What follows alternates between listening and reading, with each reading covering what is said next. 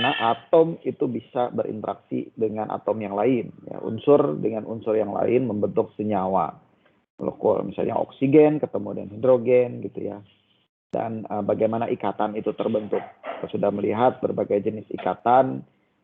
Secara umum ada 3 ikatan yang kita kenal, ada ikatan kovalen, ada ikatan ikatan logam, kemudian ada ikatan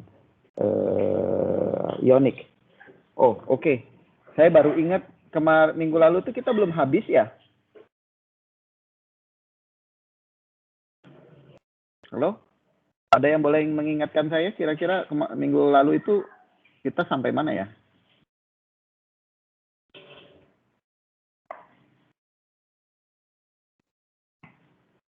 Kita belum selesai sampai yang ini, Pak. Yang yang bentuk-bentuk itu loh, Pak. Oke. Bentuk senyawa. Sampai mana ya. Ya. Struktur Lewis bukan? Ya, struktur Lewis. Ya, Vesper ya. Oke.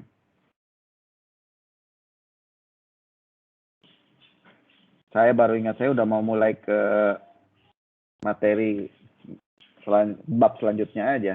Bentar. Untung saya ingat. Oke, yang ini ya.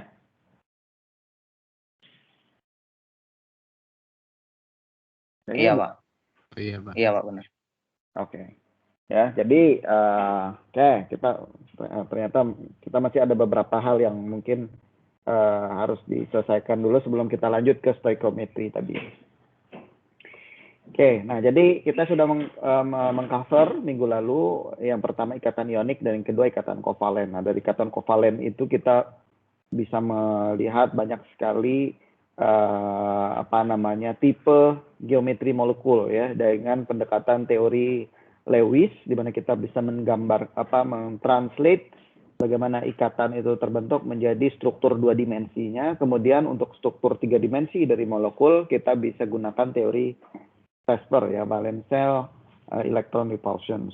Jadi intinya dari bagaimana sih elektron itu sejauh mungkin dia pengen berada di posisi yang paling jauh dari elektron yang lain karena ada tolakan kan, tolakan elektron-elektron. Itu yang mendasari kenapa suatu atom itu bentuknya seperti itu. Ada yang tetrahedral, ada yang bipiramidal ditrigonal, ada yang oktahedral dan lain sebagainya. Jadi itu yang kemarin sudah kita diskusikan. Nah, hari ini kita akan lanjutkan terkait implikasi dari kepolaran. Ya, minggu lalu kita sudah melihat bahwa ikatan kovalen, kalau misalnya atom-atom yang berikatan itu memiliki elektronegativitas yang berbeda, maka dia akan menyebabkan polaritas dari ikatan, ya kan? Jadi maka implikasinya ada yang kita sebut sebagai ikatan kovalen polar, ada yang ikatan kovalen non polar. Nah, ikatan kovalen polar dan non polar ini kemudian menyebabkan adanya interaksi antara masing-masing molekul. Jadi kalau kalian bayangin kalau misalnya si molekulnya itu bermuatan sedikit positif di zona tertentu dan sedikit negatif di zona tertentu juga, di zona lain, maka kalau kita punya 2 molekul, ya, kalau misalnya saya punya molekul nih, saya punya molekul seperti ini ya. Jadi karena ada kepolaran tadi, kita punya di sisi ini kita punya dia bermuatan sedikit positif, dan di sini sedikit negatif. Maka kalau kita bayangin kita punya 2 molekul, maka molekul kedua ini akan dengan sendirinya mengorientasikan dirinya sehingga tolakan-tolakan antar muatan itu tidak terjadi. Maka logikanya kalau kita punya 2 molekul A di sini dan B gitu ya, dan dua-duanya ini memiliki polarisasi muatan, maka polarisasi muatan yang di sini pasti yang positif, ini pasti yang negatif, nggak mungkin sebaliknya. Jadi yang B ini kalau kita punya molekul yang bisa bergerak bebas gitu ya, ini tadi misalnya posisi molekul B, di sini positif, maka kondisi ini pasti tidak akan disukai. Pasti B ini akan flip, ya, akan muter dia. Akan muter menjadi seperti ini karena dia akan menghindari secara alami, akan menghindari tolakan-tolakan dari muatan yang serupa, positif-positif, negatif-negatif itu nggak suka gitu ya, karena ada tolakan secara elektrostatik. Sehingga si molekul B ini akan secara sendiri mengorientasikan dirinya agar tolakan itu dihindari dan attraction atau tarik menarik itu lebih disukai. Nah, self assembly ini atau self orientations dari molekul-molekul ini yang kita sebut sebagai intermolecular forces, ya, atau gaya intermolekul atau antar molekul ya kalau bahasa Indonesia, gaya antar molekul. Jadi karena ada gaya antar molekul tadi yang berupa tolak menolak atau tarik menarik, sehingga nanti kita akan melihat ada berbagai macam jenis ikatan lain ya yang merupakan penurunan dan implikasi dari polaritas dari ikatan kimia. Jadi untuk membedakan teman-teman ngebayanginnya, jadi ikatan ini kan ada dua tipe ya. Ada yang kita sebut sebagai tadi intermolecular forces atau gaya antar molekul. Jadi ini gaya tarik menarik antar molekul yang satu dengan molekul yang lain. Dan intramolekuler. Jadi yang intra itu kan di dalam artinya ya. Jadi ikatan di dalam molekulnya. Jadi ya ikatan kimia yang kita ketahui 3 kemarin, ikatan ionik, ikatan kovalen, ikatan logam itu adalah ikatan intramolekuler. Jadi kalau teman-teman masih ingat di awal perkuliahan kita minggu lalu saya menanyakan ikatan, kalian ingat apa aja jenis ikatan kimia yang ada di SMA?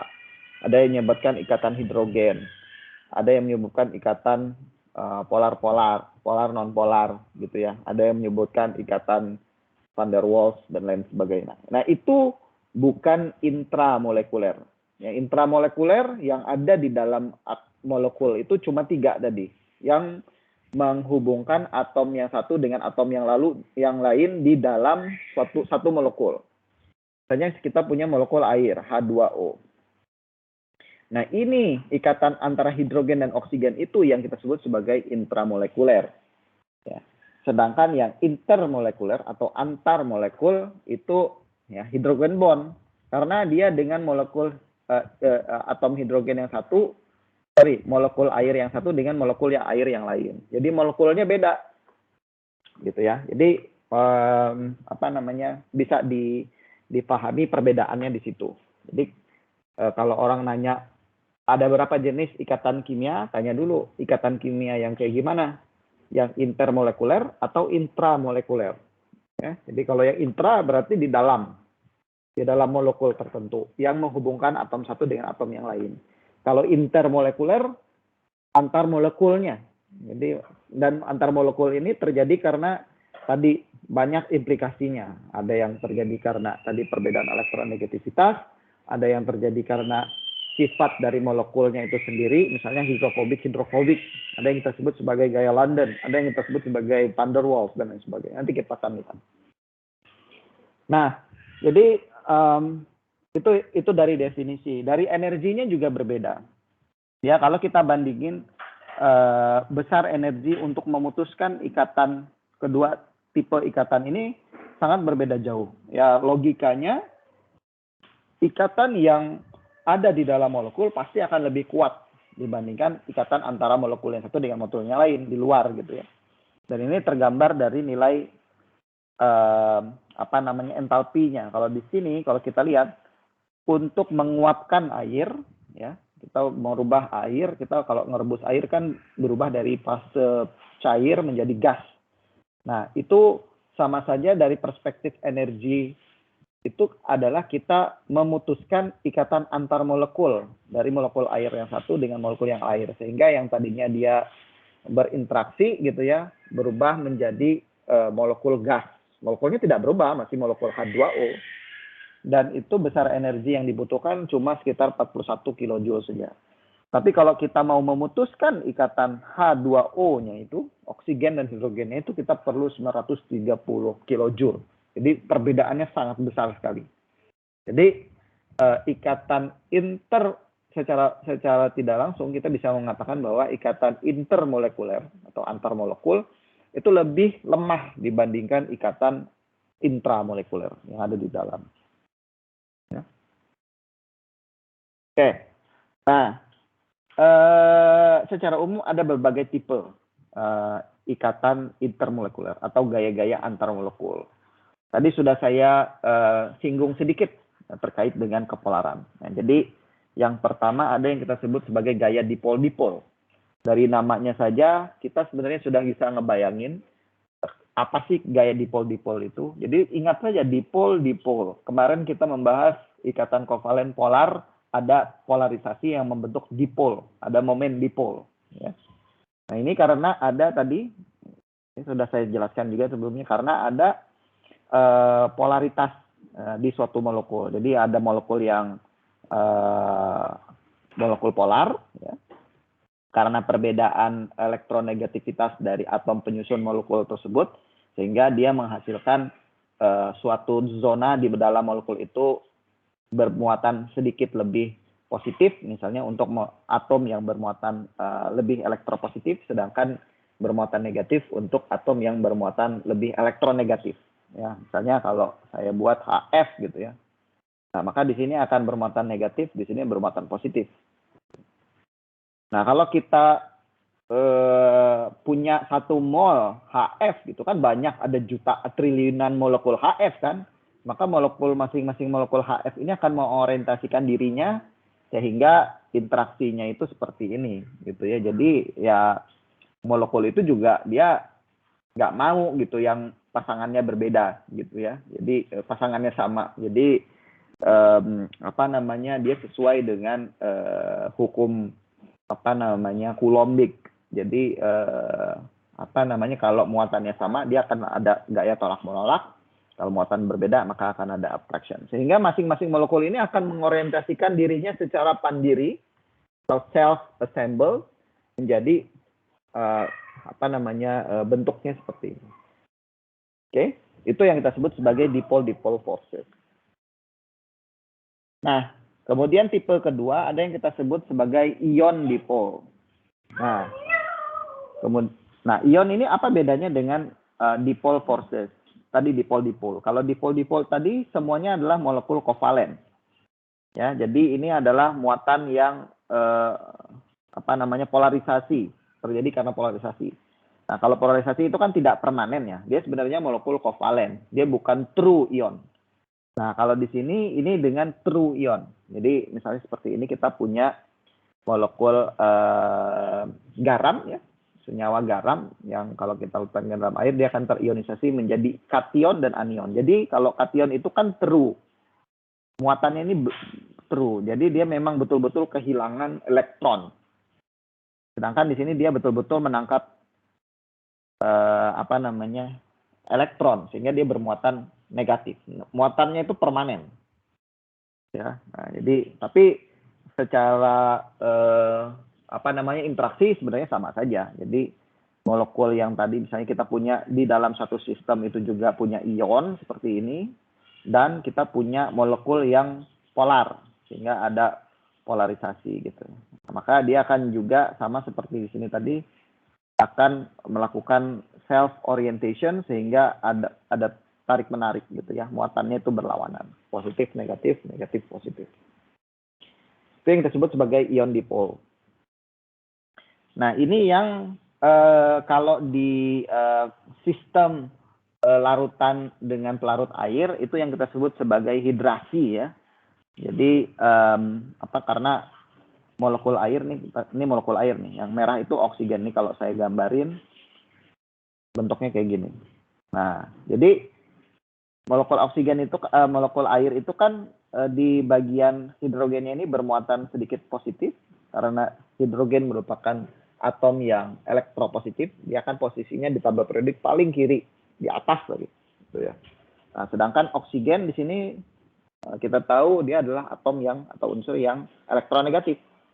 Sehingga molekul air, kalau kita melarutkan garam, maka molekul air akan mengorientasikan dirinya di kation. Jadi di NaC, misalnya kita melarutkan NaCl gitu ya, garam dapur, maka Na natrium, kation natrium akan dikerumbungi atau dikelilingi oleh 6 molekul hidrogen, air seperti ini, membentuk yang kita sebut sebagai kompleks oktahedral. Karena ada 6 molekul air dan dia membentuk geometri oktahedral, ya. Jadi 6 molekul air akan mengerumbungi satu ion natrium itu yang bermuatan positif seperti ini. Nah, proses ini yang kita sebut sebagai hidrasi. Nah, kemudian kekuatan dari interaksi yang terjadi itu juga dapat dipengaruhi oleh muatan dari si kation yang ada dan ukurannya. Jadi kalau kalian bayangin, kalau saya punya dua tipe kation, yang satu Na+, plusnya cuma 1, muatannya cuma 1+, dengan Mg2+, muatannya 2+. Ya logikanya pasti interaksi yang terjadi pasti lebih kuat yang 2+. Karena kalau kita ingat hukum Coulomb ya, F sama dengan minus Q1 Q2 R kuadrat kan gitu ya. Ini kan jadi gaya berbanding lurus dengan muatannya. Gitu ya. Semakin besar muatan ini, semakin besar gaya tarik menariknya kan gitu. Jarak, nah ini berbanding terbalik. Jadi semakin jauh jarak antara dua spesies muatan yang berbeda tadi, maka gayanya juga akan semakin lemah gitu ya. Nah, interaksi yang terjadi itu merupakan kombinasi dari dua parameter ini. Jadi muatan dan ukuran dari sini, ukuran dari atomnya. Oke, jelas sampai sini? Apakah ada pertanyaan? Sebelum saya lanjutkan ke tipe ikatan intermolekuler yang lain. Tadi sudah kita melihat dipol-dipol dan ion-dipol. Jelas? Ya Allah, jelas Pak. Oke. Baik.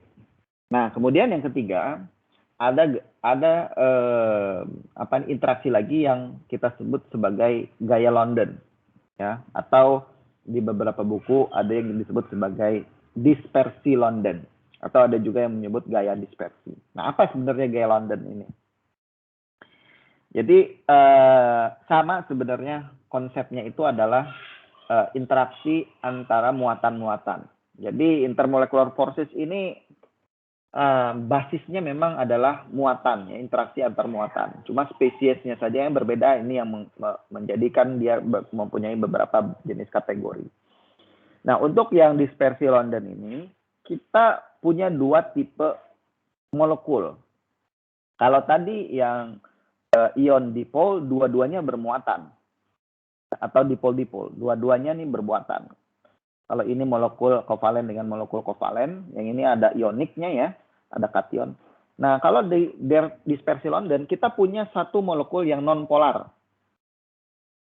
Ya, kita tahu kalau non-polar kan dia tidak punya muatan kan ya.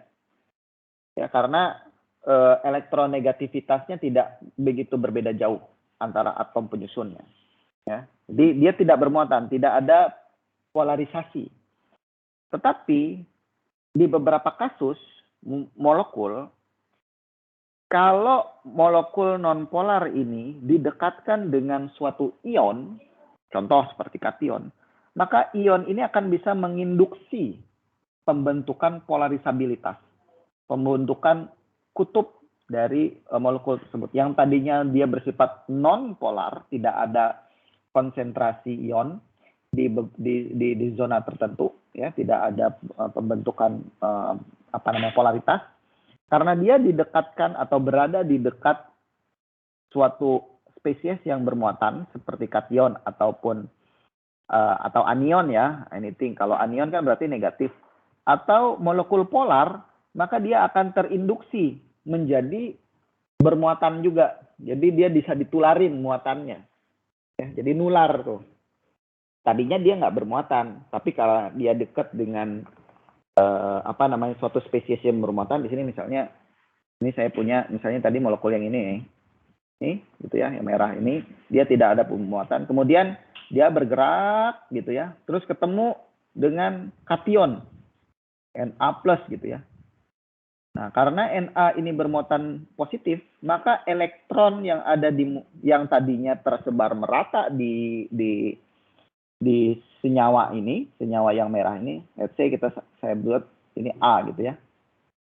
Ya, elektron di molekul A ini tadinya tersebar merata di semua permukaan molekul A. Karena dia dekat dengan atau dia ketemu dengan berada di dekat suatu spesies yang bermuatan, maka elektron ini akan terkonsentrasi ke sini. Sedikit bergerak ke arah menuju ke arah yang bermuatan positif. Sehingga ini akan menyebabkan molekul yang tadi tidak bermuatan yang dekat dengan Na itu akan menjadi slightly bermuatan negatif dan sebelah sini bermuatan positif.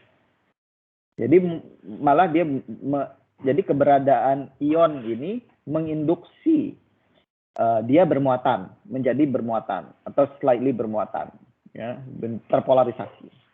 Itu yang terjadi di gaya London.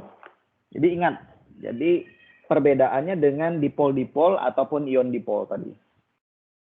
Ya, kalau gaya London itu dia diinduksi. Oke. Begitu juga halnya kalau dia ketemu dengan Cl- misalnya.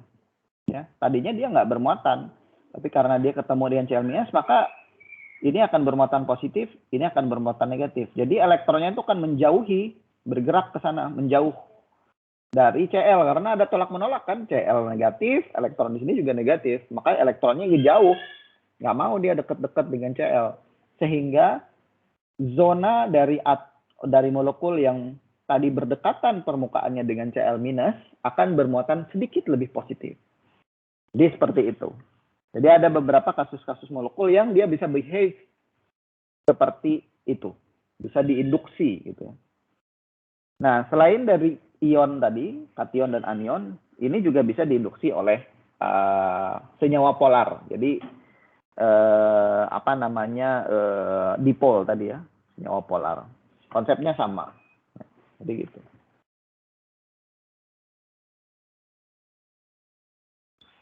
Oke.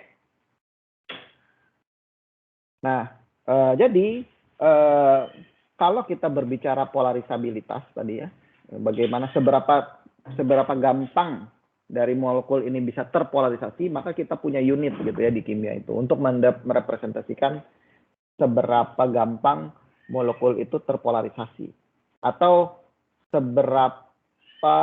bagaimana besarannya gitu ya. Jadi kalau bagaimana kita menentukan kan, kalau gini kan kapan ini bisa terpolarisasi kan, pertanyaannya gitu.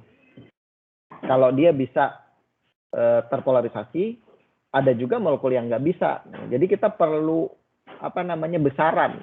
Ada unit tertentu yang menggambarkan kapan si molekul itu sudah mulai bisa tertarik. Nah, unit itu yang kita sebut sebagai polarisabilitas.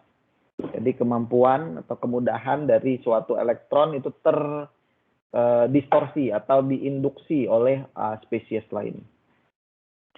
Nah, secara umum besaran polarisabilitas ini meningkat dengan jumlah elektron, artinya semakin banyak elektronnya, maka semakin mudah dia dipolarisasi. Dan yang kedua, semakin difusi dari elektron. Jadi semakin mudah elektron itu bergerak. Ya, jadi ini hubungannya dengan ikatan. Dan teman-teman sih nggak perlu terlalu khawatir bagaimana elektron itu bergerak gitu ya. Jadi nanti sebenarnya di kimia kalau ikatannya seperti apa, nanti ini bisa ada lagi parameter lain yang mendefinisikan bagaimana elektron itu bisa bergerak dari atom yang satu ke atom yang lain. Dan ada parameternya, seberapa mudah, seberapa cepat dia bisa bergerak. Nah, ini polarisabilitas itu tergantung dari parameter itu tadi. Semakin mudah, jadi tapi intinya yang teman-teman harus pahami adalah semakin mudah elektron itu bisa didistribusikan, semakin cepat dia polarisabilitas. Ya, ini kan logika saja. Jadi kalau teman-teman mau mindahin elektron gitu ya, kalau elektronnya itu kalau ya ini analogi saja meskipun tidak apple to apple comparisonsnya ya. Misalnya saya mau mindahin meja, lantai saya kasar atau licin. Nah, itu kan menentukan seberapa gampang meja itu bisa dipindahin kan? Ya, jadi ini kalau yang pertama itu kan jumlah mejanya. Semakin banyak jumlah meja yang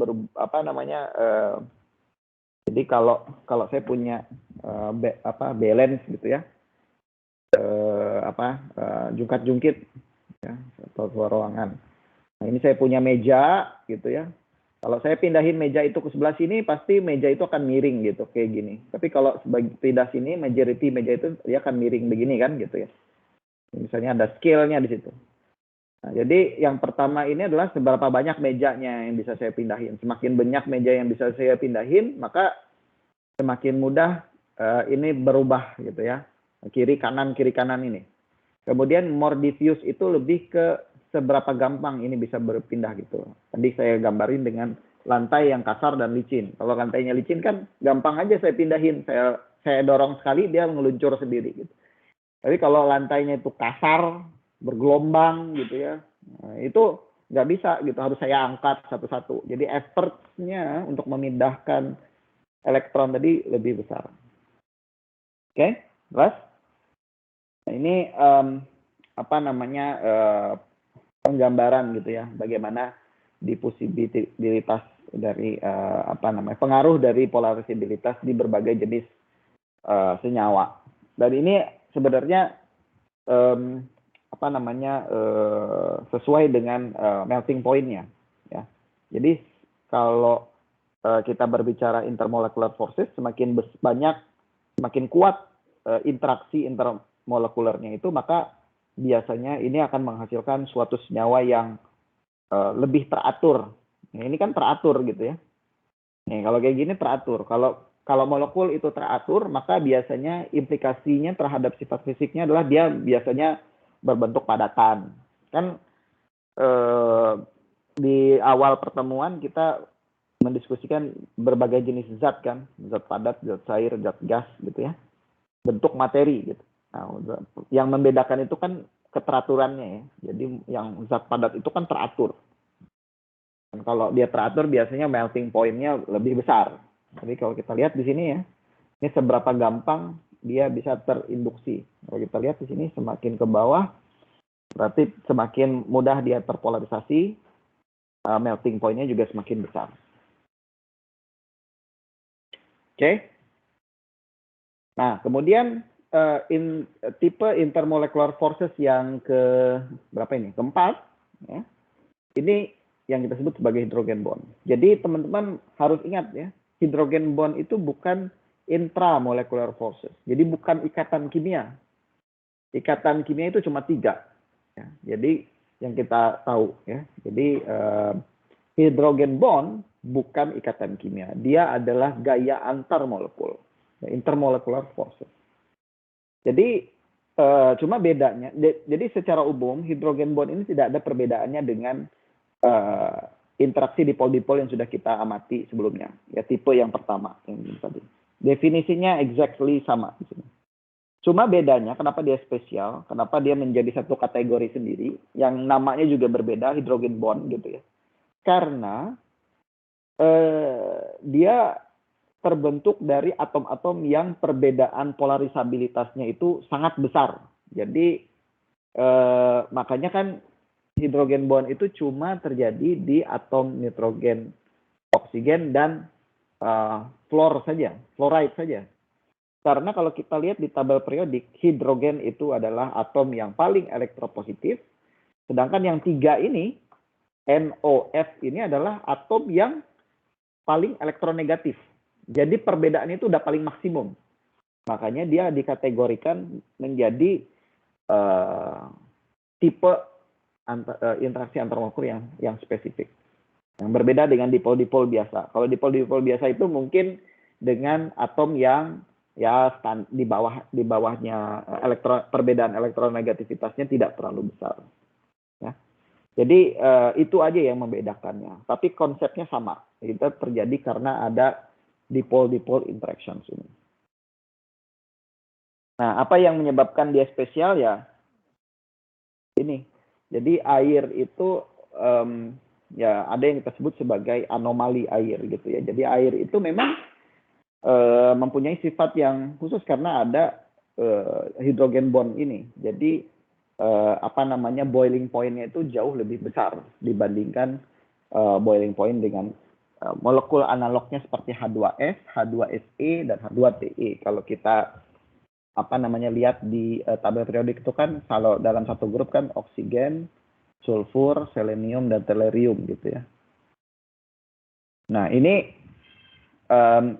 boiling point-nya dari bawah ke atas semakin kecil atau dari bawah ke atas semakin besar karena ada hidrogen bond yang tidak ada kita amati di atom-atomnya lain gitu ya. Oke. Mungkin untuk ikatan kimia sampai di situ saja yang ingin saya sampaikan. Silahkan kalau misalnya ada pertanyaan sebelum kita lanjutkan ke topik selanjutnya yaitu stoichiometry.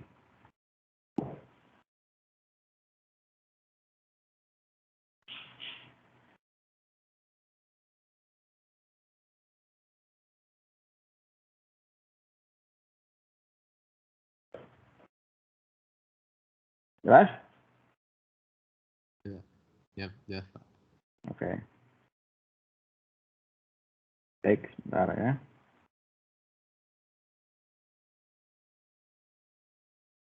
Oke. Sekarang kita kembali ke yang tadi saya sempat share. Bentar. Tadi ya. Stoichiometry.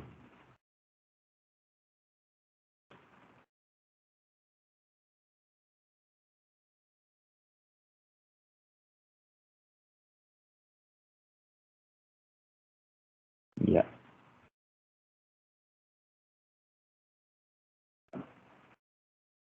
Sudah kelihatan? Sudah, Pak.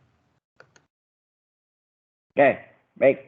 Nah, jadi materinya kita lanjutkan dengan stoichiometry atau secara umum hubungan atau relationship antara massa itu berat ya, dan chemical reactions, reaksi kimia. Nah, sama ya, seperti topik-topik yang lain, stoichiometry ini juga sebenarnya sudah dipelajari di SMA. Ya, cuma kita di sini kita akan mencoba melihat lebih detail, ya, lebih mendalam terkait dengan stoichiometry dan mungkin merubah perspektif teman-teman yang seperti yang kemarin juga kan banyak yang masih menghafal gitu. Ternyata sebenarnya itu gampang banget, itu logika saja. Jadi saya coba untuk merubah paradigma teman-teman terkait dengan ilmu kimia secara umum ya, bahwa ilmu kimia itu nggak sesulit yang kita bayang. Sebenarnya dia ada trennya, kalau kita bisa membaca trennya, dan tren itu sebenarnya hukum alam. Jadi dengan gampang kita bisa mengerti semua fenomena yang ada di kimia. Begitu juga dengan stoichiometry ini. Nah, mungkin seperti biasa saya coba mengajak teman-teman untuk merefresh kembali dulu mungkin ya, terkait apa yang sudah teman-teman ketahui terkait stoichiometry ini. Coba silakan, ada yang mau sharing nggak? Dulu nggak belajar apa sih stoichiometry? Apa yang kalian ingat gitu? Nggak apa-apa, seingatnya saja. Silakan, ada yang mau sharing nggak?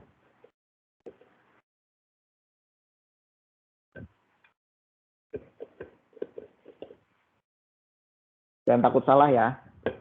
Atau jangan takut nggak ada judgement, nggak ada nilai, nggak ada judgement juga.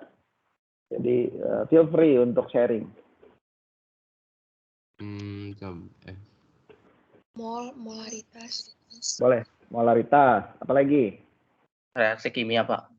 Reaksi kimia. Oke. Ada lagi? Iya. Mungkin lebih detail gitu ya. Apa sih dulu yang kalian pelajari, atau ini apa sih sebenarnya stoichiometry ini kan? Gitu.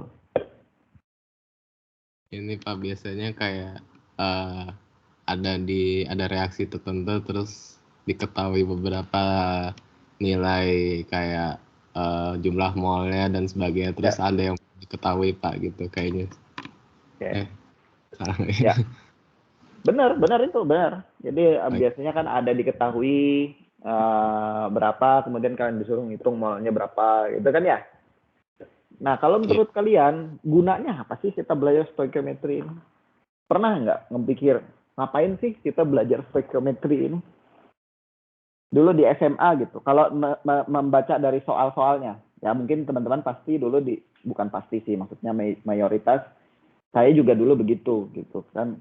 Kalau ada soal ya udah kerjain aja gitu, tinggal ngikutin SOP atau teknik yang diajarin guru, udah tinggal ngulangin itu aja.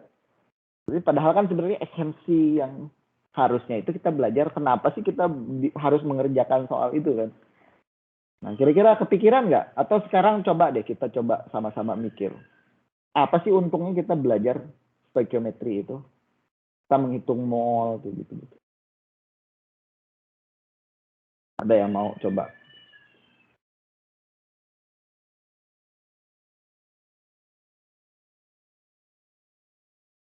Gak apa-apa, ini aja,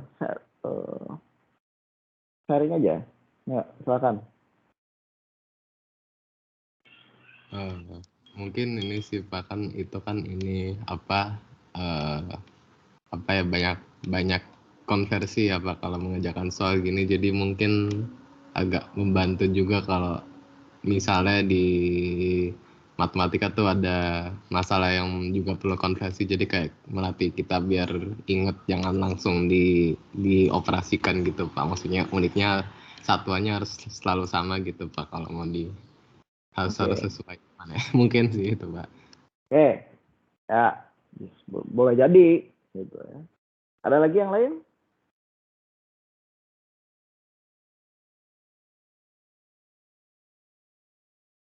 Kadang saya suka ngatur kadar gitu loh, Pak. Kadar. Maksudnya gimana kadar? Kadar apa ya? Saya lupa gitu. Saya lagi pengen ngelakuin sesuatu, terus mencampurkan air dengan zat apa gitu, buat suatu kegiatan gitu. Biar, iya. Cuman saya lupa banget. Oke. Jadi begini, jadi apa yang kalian lakukan di SMA itu, nanti kalian juga akan ngeh, kalau misalnya betul-betul ngikuti ya, maksudnya, makanya saya coba merubah perspektif teman-teman. Kalau sebenarnya kalau kalian tahu, maksudnya kalau kalian dapat ininya ya, tren apa ya,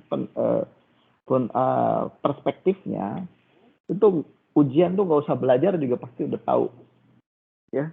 Ini saya bukan ini ya, bukan sombong ya, maksudnya kimia itu gampang banget sebenarnya. Jadi cuma kadang-kadang kita nggak ngeh gitu apa sih sebenarnya yang terjadi. Jadi begini, stoichiometry itu gampang.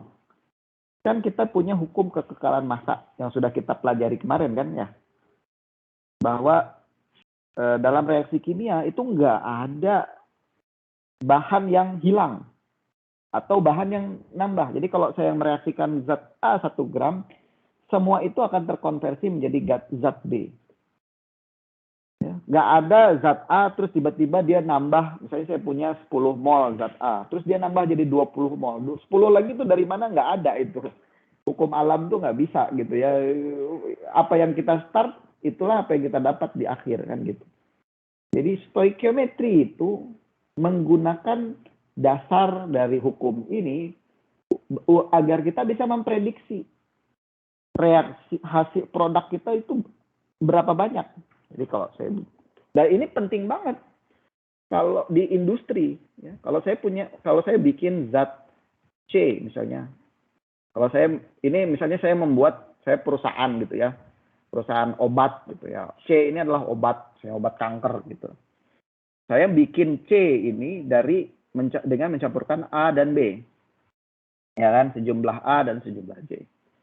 Saya bisa prediksi kalau saya pengen bikin 100 ton zat C, berapa banyak zat A yang saya harus reaksikan dan berapa banyak zat B yang harus saya reaksikan.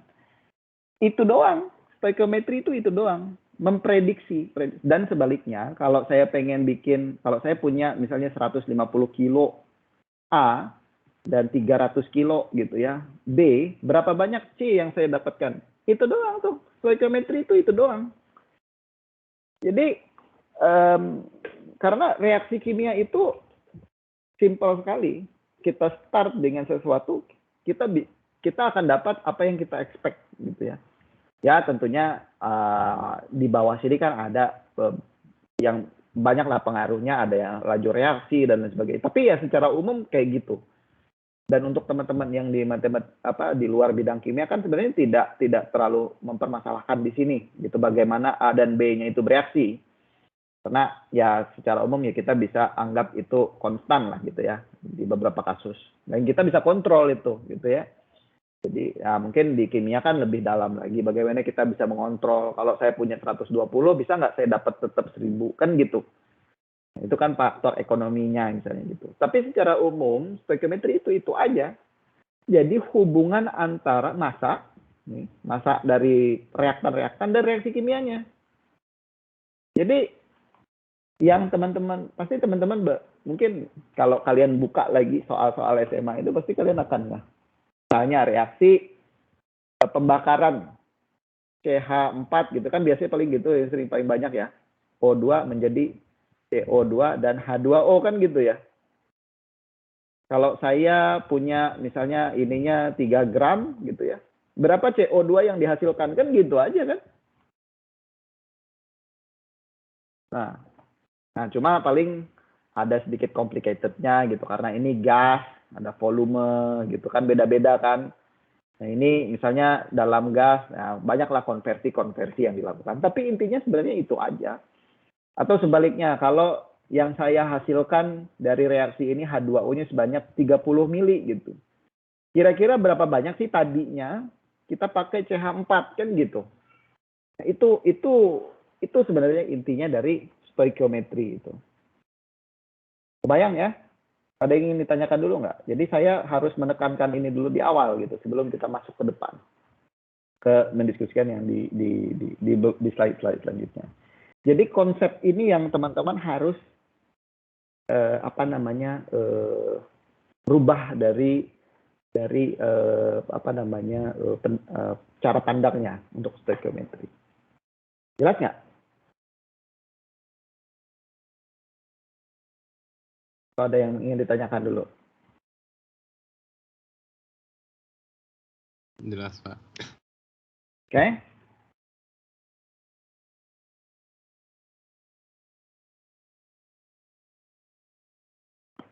Oke, baik. Nah, sebelum kita berbicara bagaimana kita bisa menghubungkan reaksi kimia dengan massa ini, maka kan yang kita kenal untuk unit dalam massa itu kan gram. Ada juga yang pakai kilogram. Di beberapa standar tertentu ada yang pakai pound gitu ya. Nah, tapi itu bisa kita konversikan. Nah, problemnya nih. Atom itu kan kecil banget ya. Kita kan nggak punya timbangan untuk menimbang berapa sih berat atom. Kalau di dunia makro, kita punya balance timbangan gitu ya, yang bisa misalnya handphone saya ini, saya timbang aja di timbangan berapa gram sih dia, kan gampang bisa kita langsung dapat nilainya karena dia berat gitu, misalnya berat, ada objeknya gitu, objeknya kelihatan. Nah tetapi kalau atom itu kan kita nggak punya berapa sih beratnya kan gitu ya, yang kita bisa kan estimasi. Jadi kita untuk mengakomodasi gap gitu ya antara makro dan mikro world ini, jadi objek yang kita lihat dan bisa kita rasakan dengan subatomik, molekul, atom gitu ya, elektron dan sebagainya, mikro world lah, dunia mikro. Untuk mengakomodasi gap itu kita perlu suatu unit juga gitu ya. Nah unit ini yang kita sebut sebagai atomic mass. Jadi dia punya nilainya sendiri yang kemudian kita bisa konversikan ke micro world ini. Jadi kita harus mendefine dulu. Jadi kita harus punya definisi tersendiri dulu terhadap berat atau massa dari atom atau molekul. Nah, inilah yang kemudian didevelop oleh para ilmuwan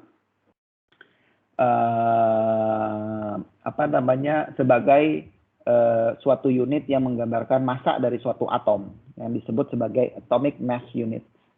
Nah, jadi itu yang pertama. Nah, jadi disepakati bahwa atomic mass unit itu by definition, ini kesepakatan ya. Jadi bukan sesuatu yang ini, karena memang kesepakatan kita harus punya benchmark. Jadi untuk membandingkan. Kilogram itu juga kan sebenarnya 1 kilogram itu kayak gimana sih? Nah, 1 kilogram itu kan sebenarnya sebanyak 1 bongkah. Jadi itu kesepakatan bahwa 1 kilogram itu 1 bongkah tembaga yang ada di Prancis sana kan, gitu. Jadi setiap 1 kilogram itu dikalibrasi dengan beratnya yang berat 1 bongkah logam yang ada di Paris itu. Jadi itu kesepakatan juga, ini juga sebenarnya kesepakatan kan gitu. Kita nggak punya basis yang sama, jadi kita harus sepakat dulu satu dunia ini, semua orang yang ada di dunia ini harus sepakat. Kita punya 1 gram itu kayak gini loh. Beda dengan sama kayak kita menentukan ketinggian gunung. Kalau ketinggian gunung itu kan biasanya kalau kalian yang pernah kalian ketahui, tinggi gunung itu diukurnya gimana? Gunung Salak, misalnya Gunung Sumeru,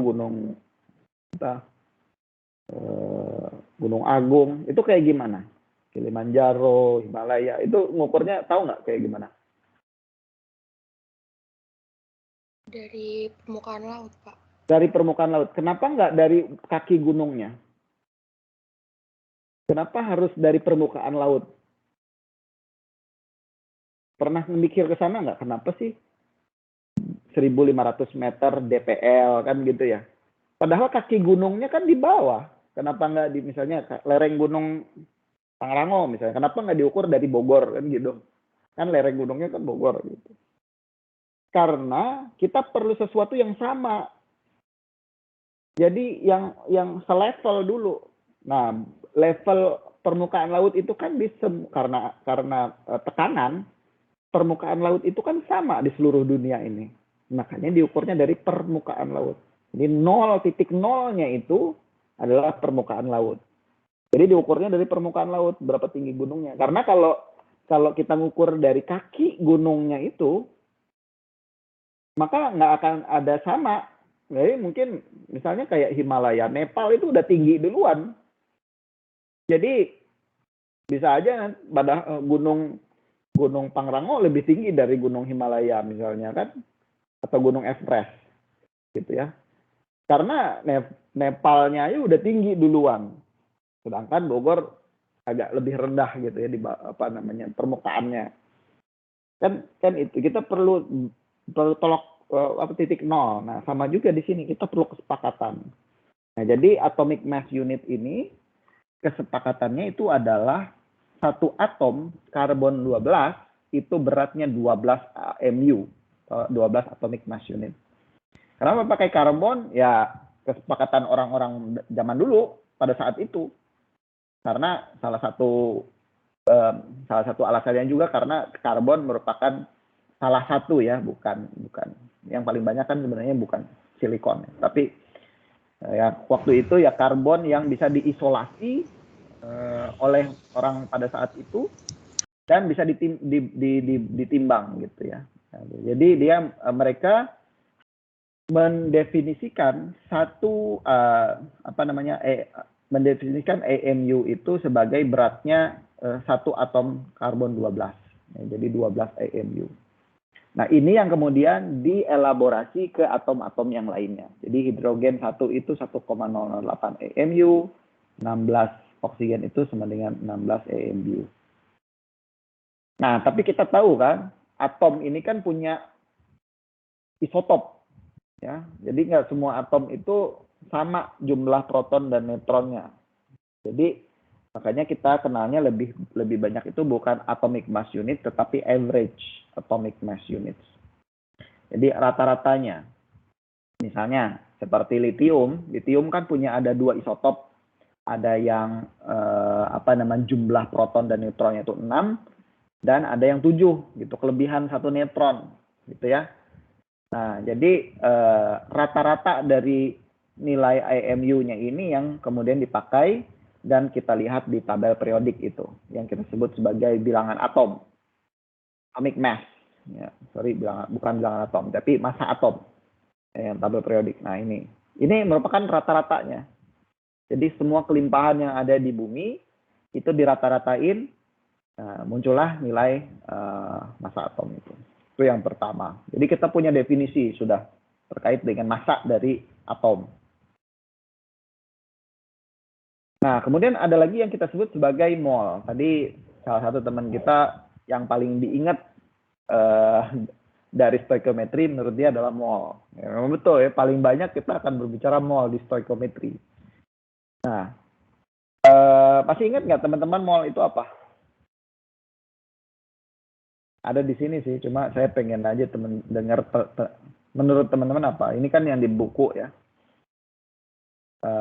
definisi buku. Tapi menurut kalian definisi mol itu pakai bahasa kalian sendiri apa sih sebenarnya?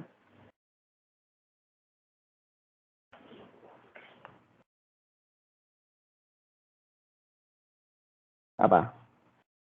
Ada yang mau sharing nggak? Kita sering berbicara mol. Tapi apa sih sebenarnya mol itu? Ini ada 2 gambar yang saya taruh di PPT. Ada dus, ada pasang. Dalam satu dus itu ada 12. Misalnya saya bilang satu dus. Ini analogi dari mol ya. Jadi satu dus telur itu isinya ada 12 telur. Terus satu pasang sepatu itu isinya ada 2 kan, gitu. Nah, sama mol juga itu mirip seperti dus ataupun sepasang. Itu dia besaran lah, ekspresi yang menunjukkan besaran. Nah, tapi apa yang dia representasikan? Nah, menurut kalian apa? Partikel. Partikel apanya partikel? Coba definisikan menurut bahasa kamu sendiri. Apa itu mol? Mol adalah begini gitu. Mol adalah apa? Satuan apa ya? Gimana ya? Coba ingat satu dus itu 12 telur. Nah, analogi mol itu kayak dus tadi, satu dus. Iya, kayak gitu Pak. Mall itu satu mall itu kayak satu mall dari sesuatu itu kayak satu dus dari sesuatu, tapi isinya ini sebanyak bilangan Avogadro Pak. Semacam itu. Ya, setuju semua? Atau ada yang lain?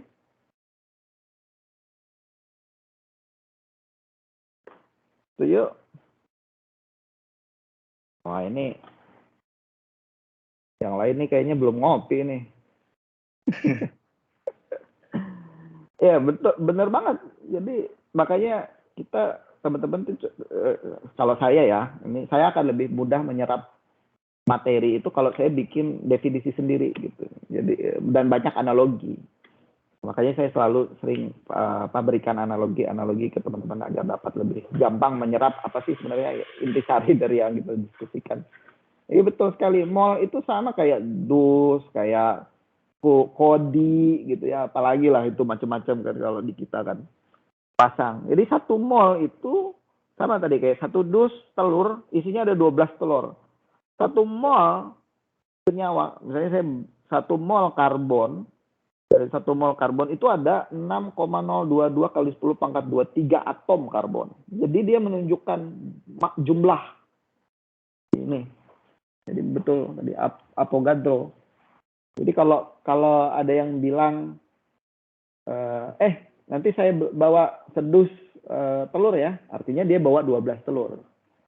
Kalau ya analoginya saya ntar gue bawa 10 mol besi ya, artinya 10 kali 6,022 kali 10 pangkat 23 gitu ya. Jadi itu aja sebenarnya mol itu. Jadi dia menunjukkan jumlah. Jadi kalau kalian bayangin ya 1 mol itu banyak banget ya, karena memang atom kan kecil banget. Jadi kita perlu unit yang menunjukkan unit yang holistik gitu lah, menunjukkan jumlah dari atom itu seperti apa. Nah, biar nanti kita bisa hubungkan dengan masanya. Ya, jadi 1 gram dari karbon itu berapa banyak atom karbon yang ada di situ. Nah itu ujungnya itu pengennya itu ke sana gitu kan, kita pengen mengkuantifikasi berapa banyak sih atom yang ada di dalam suatu zat yang ada kita. Jadi biar kita bisa mengkuantifikasi. Tadi kan goal kita di awal di stoichiometry itu kan kita mau memprediksi kan. Kayak tadi perusahaan farmasi, misalnya Kalbe Pharma. Dia mau bikin obat COVID misalnya kan. Dia mau bikin 100 ton. Berapa banyak misalnya kalau dia mau misalnya salah satu unsur penyusun obat itu adalah karbon, oksigen, sama nitrogen misalnya. Jadi dia perlu berapa banyak karbon, berapa banyak oksigen, berapa banyak nitrogen. Itu esensinya. Ya, jadi dan 1 mol, nah ini uniknya lagi. Ini kesepakatan juga ya. Jadi memang ya kadang-kadang kan dia orang fisika, orang matematika, orang kimia ini kadang ambil shortcut juga.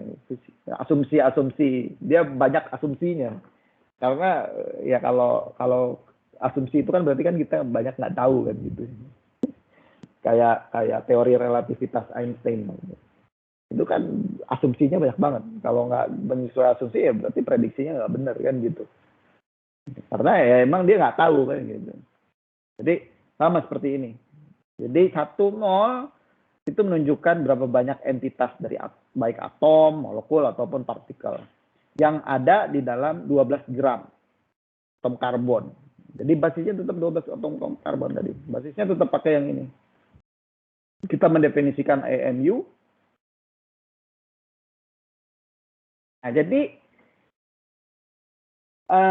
sekarang kita punya cara untuk menghubungkan tadi massa dari, nah jadi ini tujuannya ke sini tadi, micro world dengan macro world. Jadi dengan parameter AMU, mol, nah, kita bisa mengkonversi ke gram, jadi atom. Jadi kita tahu kita mendefinisikan 1 mol atom karbon itu sama dengan sebanyak ini kan, 6,022 kali 10 pangkat 23. Dan ini kita timbang, itu beratnya 12 gram. Exactly 12 gram. Jadi kita mendefinisikan 12 gram itu sebagai 1 mol. Nah, jadi 1 atom karbon, ya tinggal kita bagi kan, 12 gram dibagi ini kan. Dapatlah, jadi kira-kira 1 atom karbon. Meskipun kita tidak secara fisik menimbang 1 atom karbon, karena memang practically impossible kan. Kita menimbang 1 atom karbon itu beratnya 1,993 kali 10 pangkat minus 23. Karena kita tahu 1 mol itu berapa isinya dan beratnya berapa, kan gitu. Oke. Nah, jadi 1 mol atom karbon sama dengan 12 gram. Dari situlah kita bisa menyimpulkan bahwa AMU itu sama dengan molar mass gram. Jadi AMU ini bisa kita definisikan sama dengan gram. Jadi seperti itu. Jadi kita punya massa sekarang. Kita punya massa. Nah,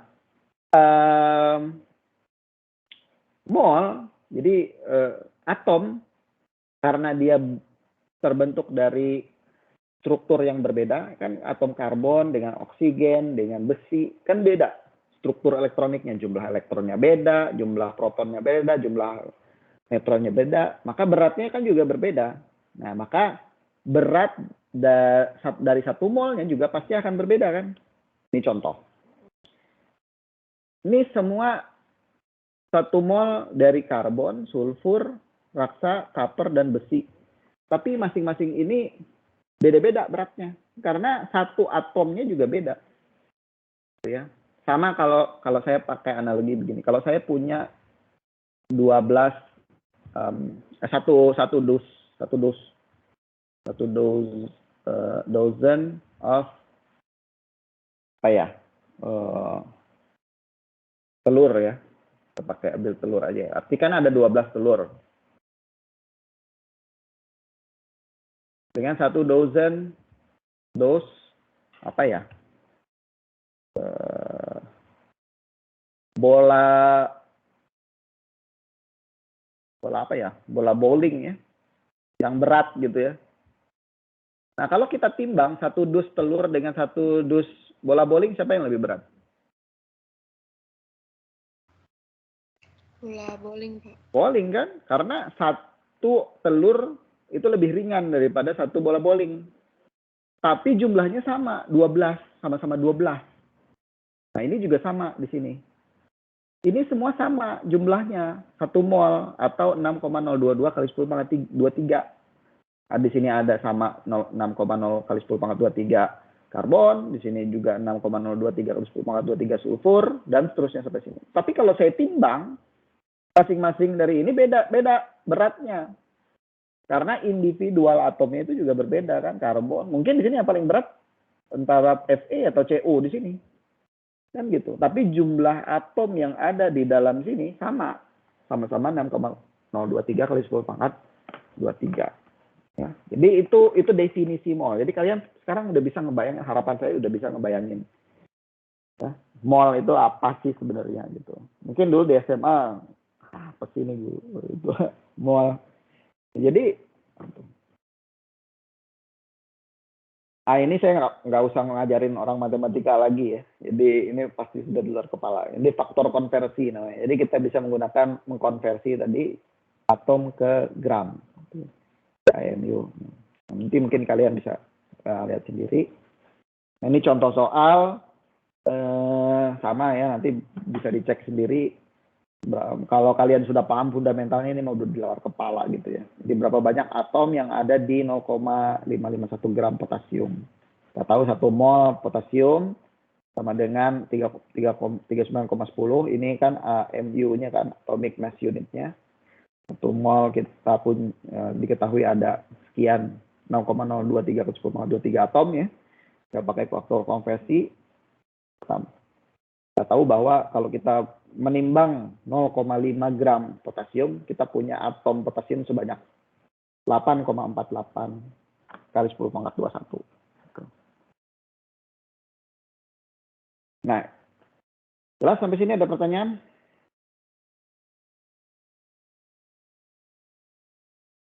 Gampang kan? Jelas, Pak. Sepertinya tidak, Pak. Oke. Nah, jadi mudah-mudahan bisa merubah perspektif teman-teman terkait stoikiometri. Oke. Nah, tadi itu khusus untuk atom. Jadi satu unsur-unsur karbon, oksigen doang. Nah, tapi kan di kebanyakan kita deal dengan molekul. Jadi gabungan dari atom-atom. Jadi bukan individualnya aja.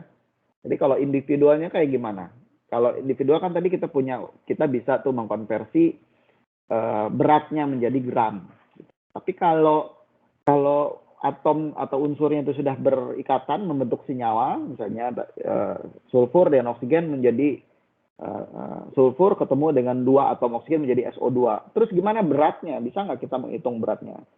Bisa. Ya itu simply sesuai dengan hukum kekekalan massa juga tadi ya, bahwa untuk massa dari molekul itu adalah total dari massa penyusun atom-atomnya aja. Ya. Nah itulah yang kita sebut sebagai molecular mass, atau yang teman-teman mungkin masih ingat di SMA sebagai MR. Itu ya itu, jadi total dari berat dari unsur-unsurnya. Kalau unsur itu terbentuk dari 10 atom karbon dan 30 atom hidrogen misalnya gitu ya, let's say, ya total semuanya aja beratnya kan gitu. Jadi seperti itu. Ini contoh SO2, saya punya yang menyusun SO2 ini ya berarti satu S dan 2 oksigen. Totalnya ya 64, karena tadi kita pakai konsep yang sama, AMU dengan gram, maka totalnya ya sama 64,07 gram dalam 1 mol. Nah ini dari sini baru kita mulai elaborasi kan, ini perhitungan matematika saja. Jadi ini contoh soal, kalau saya punya sekian gram C3H8 ya, berapa jumlah atom hidrogennya? Jadi ini kita dapat massa molarnya dalam 1 mol C3H8 itu kan ada 8 mol hidrogen kan, di sini kan ada 8. Jadi tinggal 1/8 sebenarnya ya. Jadi tinggal kita kalikan saja. Di sini dapatlah hasilnya 5,82 kali 10 pangkat minus 24 atom hidrogen. Nanti tinggal dilihat saja. Nah, kemudian untuk senyawa logam, ya,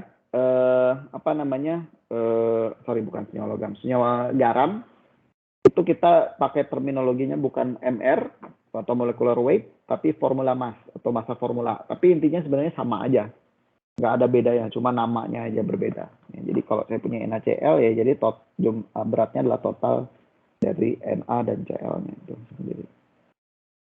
Nah, ini contoh soal. Hitunglah formula mass dari Ca3PO4 2 kali. Nah, fundamentalnya itu. Nah, kemudian ada perluasan atau elaborasi dari konsepnya. Nah, setelah kita tahu mol, berat, massa, kita bisa hubungkan, maka ada lagi yang kita sebut sebagai persen komposisi. Nah, persen komposisi ini tidak lain tidak bukan adalah rasio dari unsur di dalam suatu senyawa. Misalnya saya punya molekul C2H6O. Beratnya saya tahu misalnya berapa gram, misalnya X gram. Nah, karena saya tahu rasionya, ya, saya bisa menghitung tuh berapa gram sih karbon di dalam X gram C2H6 ini, kan gitu. Nah, itulah yang kita sebut sebagai persen massa. Itu bisa kita buat persentasenya. Ya, jadi seperti itu.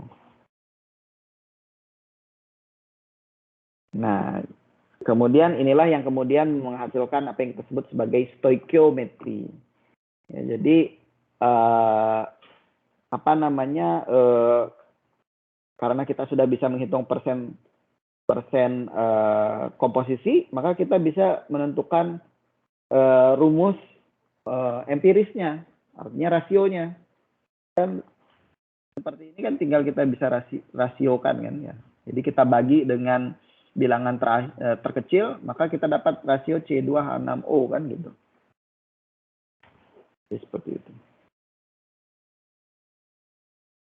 Ini contoh soal. Tentukan rumus empiris dari senyawa yang memiliki persen komposisi seperti ini. Potasium 24,75%, Mn 34,77 dan oksigen 40,51. Tinggal kita bagi, kita konversi dulu ke mol gitu ya. Kemudian kita bagikan dengan bilangan yang terkecil, dapatlah kita komposisinya Km. Bosnya tersebut adalah KMNO4. Jadi ini prosedurnya ya. Ini kalau teman-teman mau ngikutin step by step-nya, lanjutannya. Tapi ya kalau saya percaya teman-teman sudah di luar kepala ya, nggak usah perlu step-step kayak gini gitu ya. Atau mungkin dulu di SMA atau di bimbel pernah belajar cara cepat gitu ya. Tapi konsepnya itu seperti itu. Dasar-dasarnya itu yang penting kalian harus ketahui. Urusan teman-teman pakai cara cepat atau mau pakai yang cara step-step yang detail gitu ya, satu-satu ngitungnya, itu sama saja. Yang penting hasilnya ini. Oke. Nah, ini yang saya bilang tadi ya, stoikiometri. Jadi kita dengan menggunakan hukum kekalahan massa tadi, kita bisa menentukan gitu ya, mengekspek berapa sih produk yang kita hasilkan, atau sebaliknya berapa reaktan yang kita perlukan gitu. Nah, ini contoh soal ya. Misalnya saya melakukan reaksi pembakaran sebanyak 11,5 gram etanol. Ya. Kemudian setelah reaksi berakhir gitu ya, saya bisa mendapatkan 22, gram CO2 dan 13,5 gram H2O. Nah, kira-kira bagaimana? Well, ini sebenarnya harusnya tidak diketahui ya etanolnya gitu ya. Harusnya kita membakar 0,5 gram X aja gitu, senyawa hidrokarbon lah, CX, HY gitu, O Z gitu ya. Nah, itu ditanyakan berapa rumus empirisnya gitu, kemudian apa molekulnya gitu. Nah, dari sini kita bisa menentukan. Dari kita tahu bahwa apa zat X ini adalah memiliki karbon, hidrogen, dan oksigen. Maka kita bisa hitung dari sini karbonnya berapa, hidrogennya berapa gitu, oksigennya tinggal sisanya kan. Dari sini kita bisa menghitung rumus empirisnya, kemudian kita bagi dengan bilangan terkecil, kita dapat rumus empiris dari molekul tersebut C2H6O. Kita cek ini merupakan rumus empiris dari etanol. Gitu. Oke, jelas? Nah, sisanya mungkin ini teman-teman sudah familiar sekali. Nah, jadi emphasize-nya itu tadi yang di bagian depan tadi ya. Oke. Nah, mungkin ini ada beberapa terminologi yang saya ingin sharing juga. Oke. Nah, yang pertama sebelum kita masuk ke stoikiometri, menghitung berapa produk, berapa reaktan, kita harus punya definisi terkait apa yang kita sebut sebagai reaksi kimia. Jadi secara umum reaksi kimia itu bisa kita buat dalam 3 cara ya. Yang pertama itu menggunakan seperti ini, tapi ini jarang ya orang pakai simbol-simbol molekul bulat-bulat seperti ini, atau ditulis seperti ini. Jadi 2 molekul hidrogen. Kalau misalnya kita punya reaksi hidrogen bereaksi dengan oksigen membentuk H2O gitu ya reaksinya. Jadi yang cara pertama dibikin seperti ini. Terus yang kedua kita tulis 2 hydrogen molecules plus 1 oxygen molecule menjadi 2 molekul air.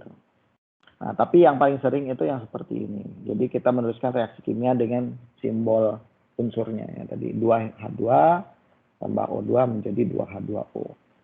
Nah, biasanya orang menuliskan reaktan di sebelah kiri, produk di sebelah kanan ya dengan panah gitu ya. Nah, bukan jarang ya, malah nggak ada, ini kesepakatan bersama, nggak ada orang menulis produk dulu gitu ya. Seperti ini reaktan. Jadi produknya sebelah kiri, nggak pernah. Gitu. Ini kesepakatan bersama. Jadi kalau kalian lihat reaksi kimia, pasti sudah di sebelah kiri itu adalah reaktan, di sebelah kanan itu adalah produknya. Itu tadi bagaimana kita membuat reaksi kimia. Nah, sekarang gimana membaca ya, how to read reaksi kimia dengan benar. Apa sih sebenarnya yang ingin disampaikan dari reaksi kimia itu? Nah, jadi cara membaca reaksi kimia itu, misalnya kita punya reaksi seperti ini. Jadi membacanya bisa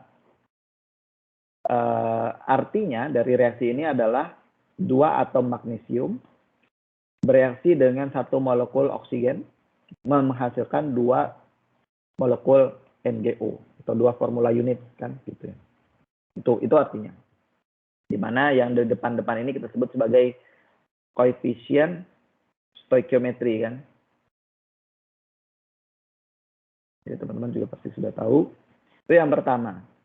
Atau yang kedua, ya, 2 mol magnesium. Jadi kita pakai atom bisa, pakai mol bisa. Jadi 2 di sini bisa merepresentasikan jumlah atomnya atau jumlah molnya. Reaksi dengan 1 mol oksigen menghasilkan 2 mol magnesium oxide. Itu yang kedua. Atau kan kita bisa juga merepresentasikan mol ini ke dalam masanya, tinggal kita kali saja. 1 mol itu kan sama dengan berapapun itu AR atau MR-nya kan gitu. Jadi di sini kita lihat, tinggal kita lihat di tabel periodik 1 mol Mg itu berapa ya, tinggal dikali 2 karena dia ada 2 mol kan. Jadi di sini kita lihat berarti totalnya 4,8 gram. Nah, jadi untuk sama juga di sini oksigen, karena MR oksigen itu 32, jadi 32 gram. Menghasilkan 80 gram NGO. Nah, jadi seperti itu. Oke, Nah, jadi kalau teman lihat di sini berat atau massa sebelum dan sesudah reaksi itu pasti selalu sama karena sesuai dengan hukum kekekalan massa tadi kan. Sini 48,6, 32, sini 80,6. Ya, jadi apa namanya? Nggak ada yang hilang.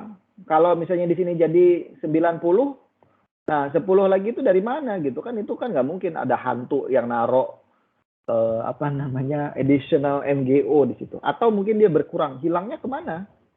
Pasti nggak mungkin ada yang hilang. Kalau hilang tuh mungkin jadi dalam bentuk gas. Nah, gas ini juga punya massa gitu. Pasti total gas plus ini pasti akan sama. Itulah hukum kekekalan massa kan. Ya. Oke.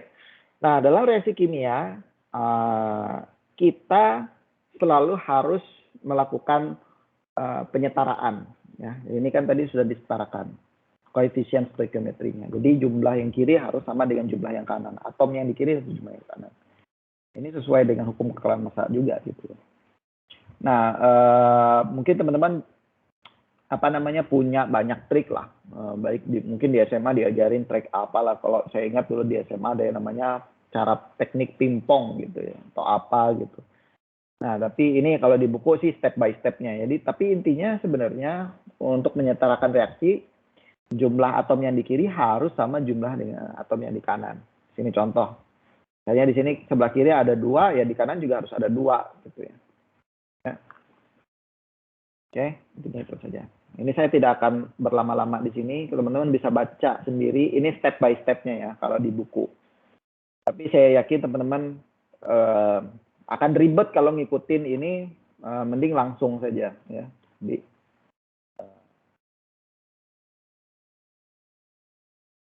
Ini kita punya reaksi seperti ini.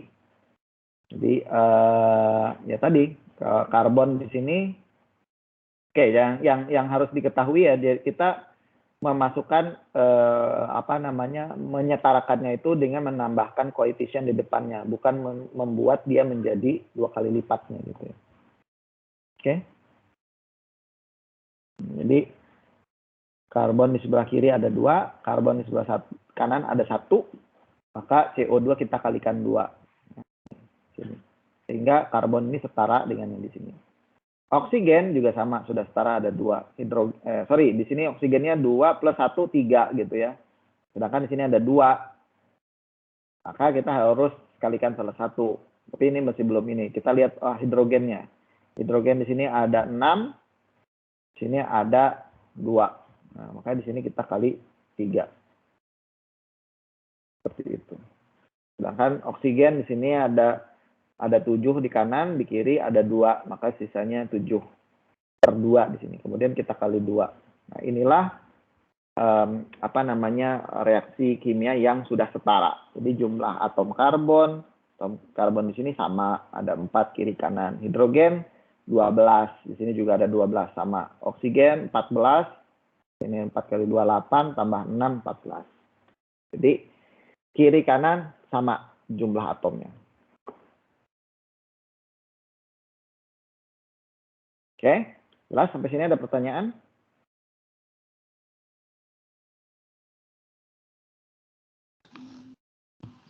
Apa mau nanya? Ya. Ini sih pertanyaannya berandai sih. Ini kita kan mengkalikan dan sebagainya. Terus Ya. nanti dapat jawaban jawaban reaksi yang udah di balance itu ya Pak. Ada kemungkinan nggak kalau dia ada orang lain yang dia cara membalance-nya beda dan akhirnya dia mendapat hasil akhir yang di balance tuh beda sama itu, kira-kira mungkin nggak ya? Nggak mungkin, hasilnya harus sama. Meskipun tekniknya beda-beda ya. Pokoknya intinya begini, kiri dan kanan harus sama, itu aja. Ya, patokannya itu aja. Kalau ada yang menghitung dapat misalnya kirinya 3, kanannya 4, nah itu pasti ada yang salah. Itu aja patokannya. Ya. Mau kalian pakai teknik apapun, sepanjang kalian dapat hasilnya jumlah atom yang di kiri dan di kanan itu sama atau dia balance ya di reaktan dan di produk, nggak masalah. Gitu ya. Jadi saya juga kalau ujian nggak akan mempermasalahkan teknik apa yang kalian dapatkan. Yang penting kiri kanan balance gitu. Ya, gitu. Ya, apapun tekniknya, kalau betul pasti akan dapat hasil yang sama. Gitu. Oke, kita lanjutkan. Nah, ini inti dari stoichiometry. Jadi kita bisa jadi seperti yang saya sudah bilang tadi, inti dari stoichiometry itu kita memprediksi jumlah reaktan ataupun produk dari suatu reaksi kimia. Ya. Nah, ini alurnya ya. Jadi alur kalau di buku. Tapi teman-teman pasti juga sudah punya, saya yakin ya banyak sekali kalau di bimbel itu malah banyak teknik-tekniknya biar ngitung cepat. Ya di satu sisi sebenarnya bagus gitu ya, banyak di develop teknik-teknik yang seperti itu. Tetapi di sisi lain sebenarnya kita menjadi lupa dengan fundamentalnya gitu ya. Jadi karena saking kita fokus terhadap agar dapat menghasilkan jawaban yang cepat, maka esensi dari perhitungan ataupun problems yang ada itu menjadi hilang gitu ya. Kebanyakan seperti itu tuh. Tapi saya tidak menyalahkan itu ya. Jadi ada pros ada cons-nya lah. Ada keuntungan, ada kelebihan, ada kekurangan.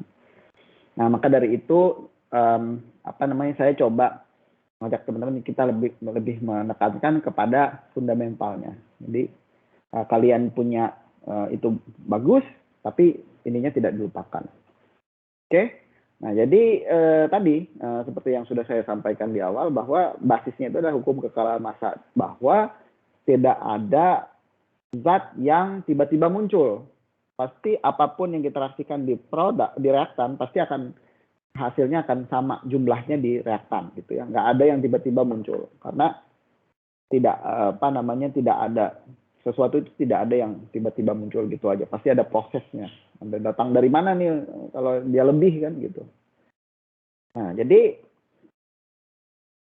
inti dari stoichiometry itu adalah mol. Jadi teman-teman kalau bingung itu konversi dulu ke mol. Ya, jadi karena hukum kekekalan massa itu dia interconversions-nya itu berdasarkan mol. Karena kalau kalian masih dalam massanya, maka dia akan bisa saja berubah. Karena massa itu kan tergantung dari berat dari atom tersebut kan. Jadi nggak semua atom punya massa yang sama. Karbon 12, massanya 12 gram. Ya, AR-nya 12. Sedangkan hidrogen 1 gram kan gitu ya. Jadi kalau kalian pakai tidak mengkonversi itu ke dalam mol, maka akan kesusahan nanti. Yang sama kan mol. Jadi 1 mol karbon dengan 1 mol hidrogen sama. Jumlahnya 6,023 kali 10 pangkat 23. Jadi selalu gunakan mol. Ya. Nah ini step-stepnya untuk kita bisa sebenarnya menghitung baik reaktan ataupun produk dalam satu reaksi kimia.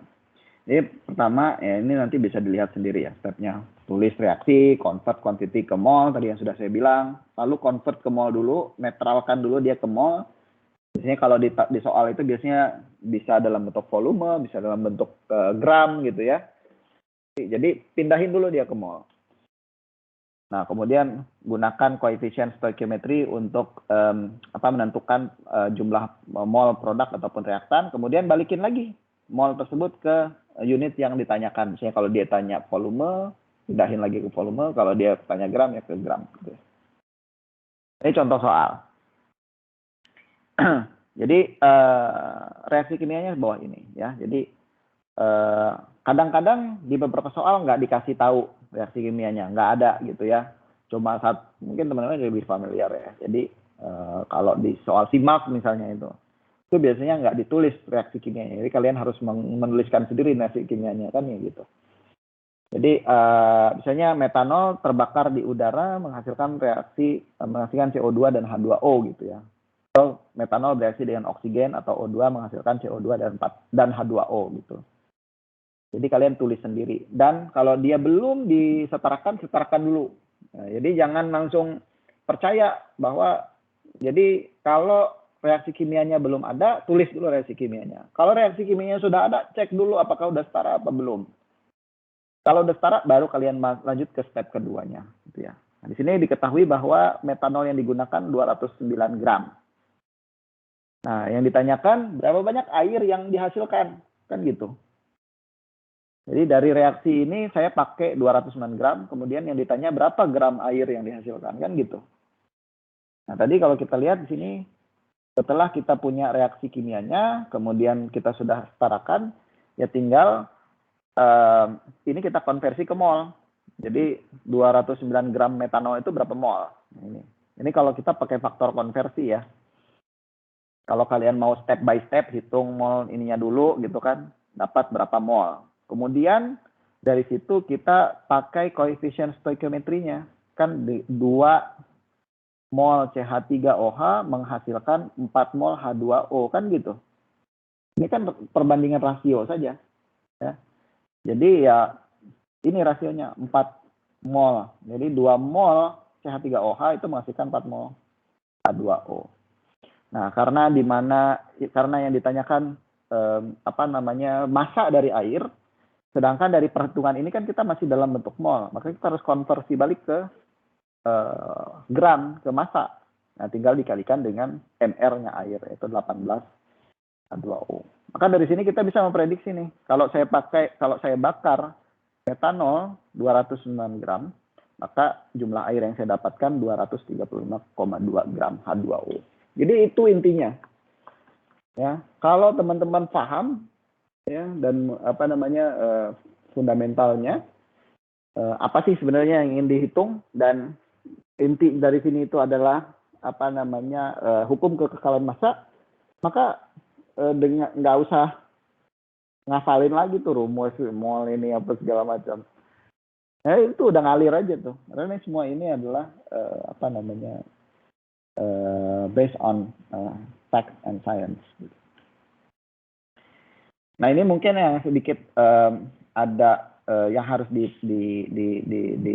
diperhatikan di reaksi kimia. Ada yang kita sebut sebagai limiting reagent atau reaksi pembatas, which is sebenarnya juga ini adalah logika juga sebenarnya. Jadi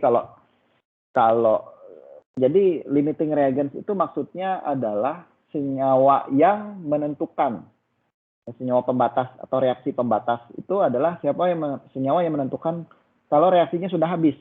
Jadi contoh, saya punya reaksi seperti ini, 2NO plus 2O2 menjadi 2NO2. Nah, di sini diketahui NO itu merupakan reaksi pembatas.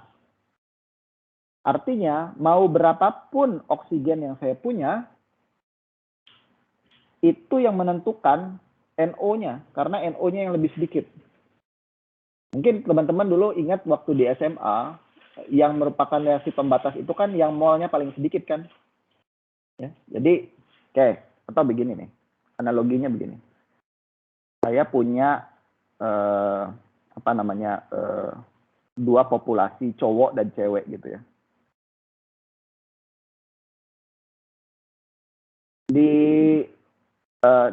Saya punya 20 cowok dan punya 5 cewek. Ya. Nah, saya harus mengawinkan cowok dan cewek di sini. Ini contoh aja ya. Jadi nggak bermaksud ofensif ya. Jadi saya harus memasangkan cowok dan cewek di sini ya. Nah, jadi mereka harus punya sepasang gitu. Di cowok dan cewek. Saya sebagai mak comblangnya ceritanya gitu ya. Nah, jadi mereka harus pasang. Jadi kalau menurut kalian yang menjadi reaksi pembatas atau limiting reagentnya dalam kasus cowok dan cewek ini siapa? Cowok atau cewek? Cewek kan? Karena betul sekali. Karena dia yang paling sedikit. Mau saya pakai 20, mau 30, mau 40 cowok yang masuk mendaftar di sini. Kalau ceweknya cuma 5, yang jadi cuma 5 pasang kan? Gitu. Begitu juga sebaliknya kalau saya balik. Ya, kalau saya masukin ceweknya 30, cowoknya 20, maka kebalikannya yang menjadi limiting reaksi pembatasnya siapa? Cowok sekarang. Karena cowok yang jumlahnya sedikit. Ya, maka total yang saya dapatkan ya tetap 20, mau 30, mau 40, mau 50, yang jadi cuma 30 karena yang ada available cuma cowoknya.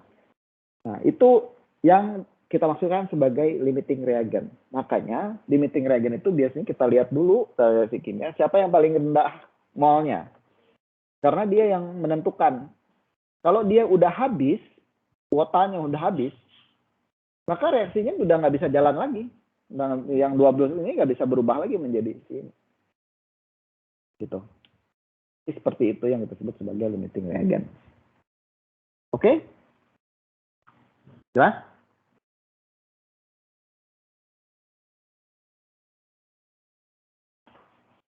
Nah, ini contoh limiting reagens ya. Jadi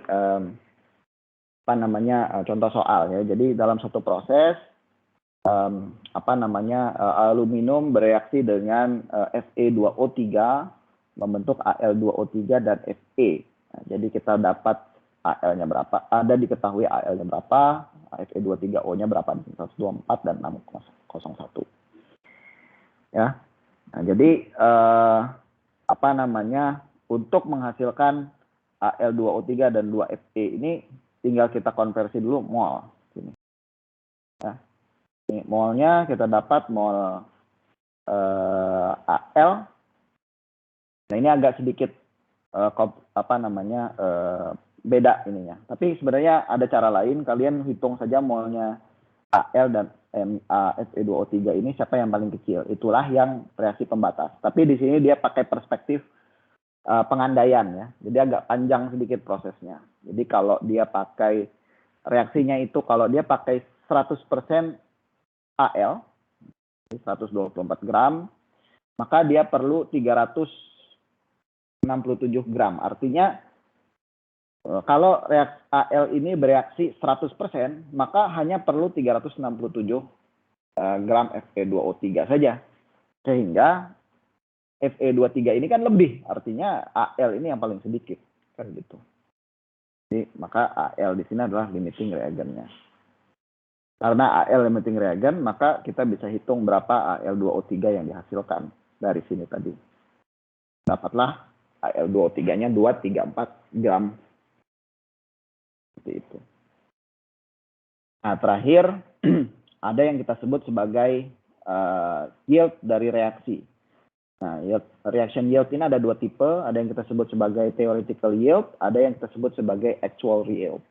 Theoretical yield ini adalah jumlah produk yang dihasilkan dari perhitungan stoichiometry, jadi dari limiting reagen. Jadi kalau ditanya di sini berapa jumlah massa Al2O3 yang terbentuk, kita jawab 234. Nah, ini adalah theoretical yield namanya. Karena ini yang kita hitung. Ya, dari di atas kertas gitu ya. Tetapi ada lagi yang namanya actual yield. Actual yield itu yang adalah produk yang betul-betul kita dapatkan kalau kita melakukan reaksi. Ya, kalau saya betul-betul di lab menimbang 124 gram, kemudian saya reaksikan dengan Fe2O3, maka saya menghasilkan sangat jarang kita bisa dapat theoretical yield. Bisa lebih, bisa rendah. Ya, karena pasti ada error gitu ya. Kalau kita nimbang 124 gram itu aja exactly 124 gram itu susah. Mungkin bisa 124,0001 atau mungkin 123,99999 berapa gitu ya. Kemudian kalau kita memindahkan dari gelas ukur ke gelas ukur yang lain, ada yang ketinggalan gitu ya. Nah, itu pasti ada human errornya. Nah, itulah yang kita sebut sebagai actual yield. Jadi produk yang betul-betul didapat dari reaksi. Nah, maka ada yang kita sebut sebagai percent yield, di mana percent yield ini adalah rasio dari actual dan theoretical dikali 100%. Jadi semakin besar persen yield, artinya semakin mendekat nilai yield yang kita dapatkan, itu semakin dekat dengan hasil teoritisnya. Gitu ya. Dan, tapi biasanya orang jarang bisa sampai 100%. Jadi 99, ada yang 99,8, dan lain. Kalau kita dapatnya di bawah 50%, ya artinya jelek banget nih, banyak sekali errornya, kan gitu.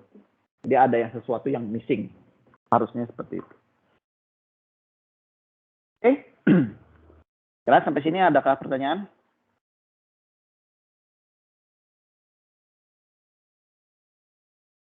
Baik, it's about time. Nah, sekarang sudah 9.37, pas banget ya. Jadi kita sudah menyelesaikan tadi separuh materi kita minggu lalu yang tidak habis, dan alhamdulillah kita juga sudah menyelesaikan yang materi minggu ini. Jadi tidak perlu kepotong.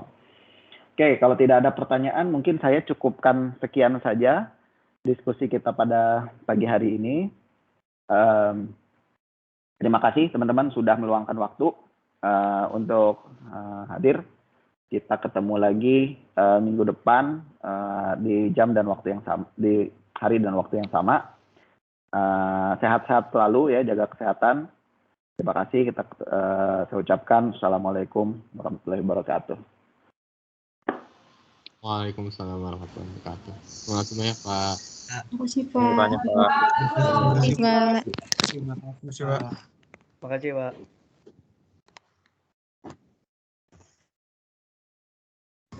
Pak.